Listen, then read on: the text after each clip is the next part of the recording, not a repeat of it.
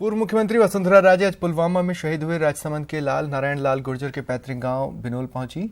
उन्होंने शहीद नारायण लाल गुर्जर को श्रद्धांजलि अर्पित की और शहीद की पत्नी से मुलाकात कर ढांढस बंधाया।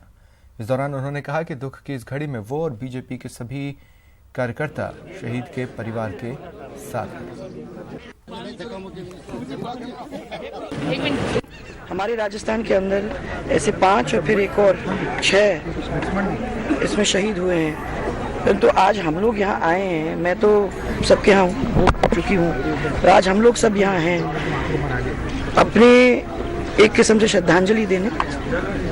खाली इनको नहीं, इनके साथ के सब लोग जो गए, इनके यहाँ तो आके किया, परंतु सब लोगों को हम सब की ओर से श्रद्धांजलि अर्पित करने आए हैं। और उन परिवारों के ऊपर जिसके ऊपर इतना बड़ा हादसा हुआ है, उन सब को के लिए ईश्वर से हम प्रार्थना करते हैं कि ताकत दे ईश्वर उनको, ये बड़ा इतना बड़ा कहर जो उनके ऊपर ढाया है उसको सहने।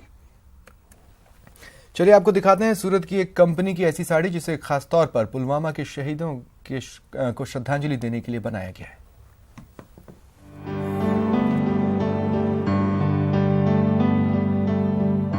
यह है वो खास साड़ी जिसे सूरत के कपड़ा व्यापारियों ने डिजाइन किया है। डिजाइन भी मामूली नहीं, बल्कि ऐसा है जिसे देखते ही लोगों के जहन में पाक पर भारतीय सेना के सर्जिकल स्ट्राइक की यादें ताजा हो जाए। पुलवामा के शहीद जवानों को श्रद्धांजलि देने और सरहद पर तैनात जवानों का हौसला बढ़ाने के लिए यहाँ के अन्नपूर्णा इंडस्ट्रीज के ट्रेडर्स ऐसी साड़ियाँ छपवा रहे हैं जिन पर सर्जिकल स्ट्राइक की कलाकृतियां हैं। 14 फरवरी को जो घिनौना आतंकवादी हमला हुआ पुलवामा में, उन सैनिकों को श्रद्धांजलि देते हुए हमने ये साड़ी बनाई है। सर्जिकल स्ट्राइक साड़ियों में जवान अलग अलग एक्शन में देखे जा सकते हैं। दुश्मन को तबाह करने के लिए जाते दिख रहे हैं। यही नहीं, साड़ियों में हेलीकॉप्टर से हमले के अलावा पहाड़ियों और नदियों समेत कई तरह के तस्वीरें प्रिंट हैं। ये साड़ियां सोशल मीडिया पर भी वायरल हो रही हैं और साड़ी देखने के बाद तो इनकी मांग भी तेज हो गई है। हालांकि मनीष अग्रवाल ने बताया कि ये साड़ियां नफा नुकसान के बगैर बनाई जा रही हैं और इनसे मिलने वाली राशि भी देश के वीर जवानों के लिए समर्पित होंगी।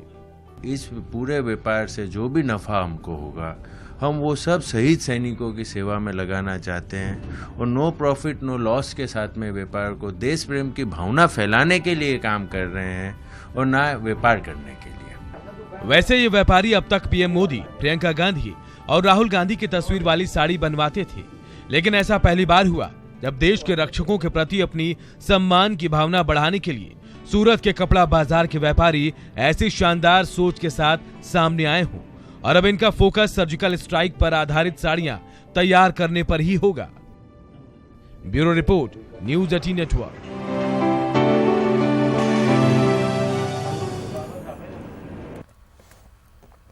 दक्षिण कोरिया में पीएम मोदी को शांति पुरस्कार से नवाजा गया। इस दौरान पीएम मोदी ने आतंकवाद और चरमपंथ को दुनिया का सबसे बड़ा खतरा बताया।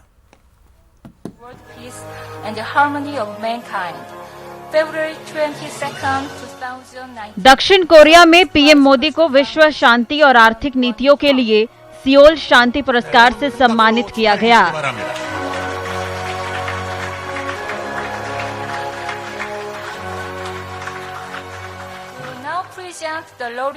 ये पुरस्कार पाने वाले वे पहले भारतीय हैं।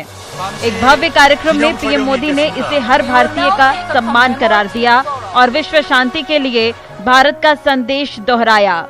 ऑफ वसुधैव कुटुंबकम, which means the entire world is one family, which means may there be peace everywhere, in the sky, in the space, all over planet, in nature. May there be eternal peace, and this award is for the people who have always put societal good above individuals' ambitions.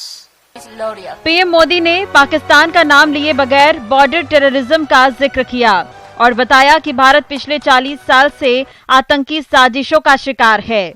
दुनिया को आतंकवाद और उसका समर्थन करने वालों के खिलाफ एकजुट होकर कार्रवाई करनी चाहिए। Today radicalization and terrorism have become globalized and are the biggest threats to global peace and security. And millions of people around the world still remain without adequate and quality access to food, shelter, healthcare, sanitation, power, and above all, dignity of life. PM Modi ने दुनिया को सुनहरे कल के लिए एक साथ आने और एकजुट होकर मानवता के लिए काम करने पर जोर दिया। Friends, I would like to end by quoting a portion of the 1988 Olympics theme song because it perfectly captures the hopeful spirit for the better tomorrow for all of us. Hand in hand, we stand.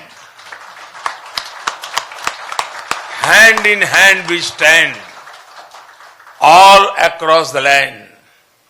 We can make this world a better place in which to live. Khamsa Hamnida. PM Modi के दक्षिण Korea के दौरे पर दोनों देशों के बीच आपसी संबंध मजबूत करने पर जोर दिया गया। राष्ट्रपति भवन ब्लू हाउस में पीएम मोदी का शानदार स्वागत किया गया। दक्षिण कोरिया के राष्ट्रपति मून जे इन के साथ पीएम मोदी की बैठक हुई। भारत और दक्षिण कोरिया के बीच प्रतिनिधिमंडल स्तर की वार्ता हुई। भारत और दक्षिण कोरिया के बीच 6 अहम करार हुए। पीएम मोदी को दक्षिण कोरिया के शांति पुरस्कार से नवाजा गया। पीएम मोदी ने सम्मान की राशि 1 करोड़ 30 लाख रुपए नमामि गंगे प्रोजेक्ट को दान की। पीएम मोदी ने digital India, skill India, clean India, Ayushman Bharat का जिक्र किया। भारत की विविध संस्कृति, पौराणिक महत्व और आर्थिक प्रगति के बारे में बताया। दक्षिण कोरिया ने 1990 से शांति पुरस्कार शुरू किया था। हर 2 साल में ये पुरस्कार सद्भाव और दोस्ती बढ़ाने के लिए दिया जाता है। ये सम्मान पाने वाले प्रधानमंत्री मोदी 14वें व्यक्ति हैं। पीएम मोदी से पहले यूएन के पूर्व महासचिव कोफी अन्नान, यूएन महासचिव बान की मून, जर्मनी की चांसलर एंजेला मर्केल को ये पुरस्कार दिया जा चुका है। Bureau report, news 18 network. Mission south को लेकर बीजेपी और कांग्रेस के बीच सियासी जंग तेज हो गई है। बीजेपी अध्यक्ष अमित शाह के आंध्र प्रदेश के दौरे के एक दिन बाद ही आज कांग्रेस अध्यक्ष राहुल गांधी आंध्र प्रदेश दौरे पर पहुंचे। यहां राहुल प्रसिद्ध तिरुपति बालाजी मंदिर जाकर दर्शन किया, जिसके बाद थोड़ी देर में रोड शो और एक चुनावी जनसभा को संबोधित करेंगे।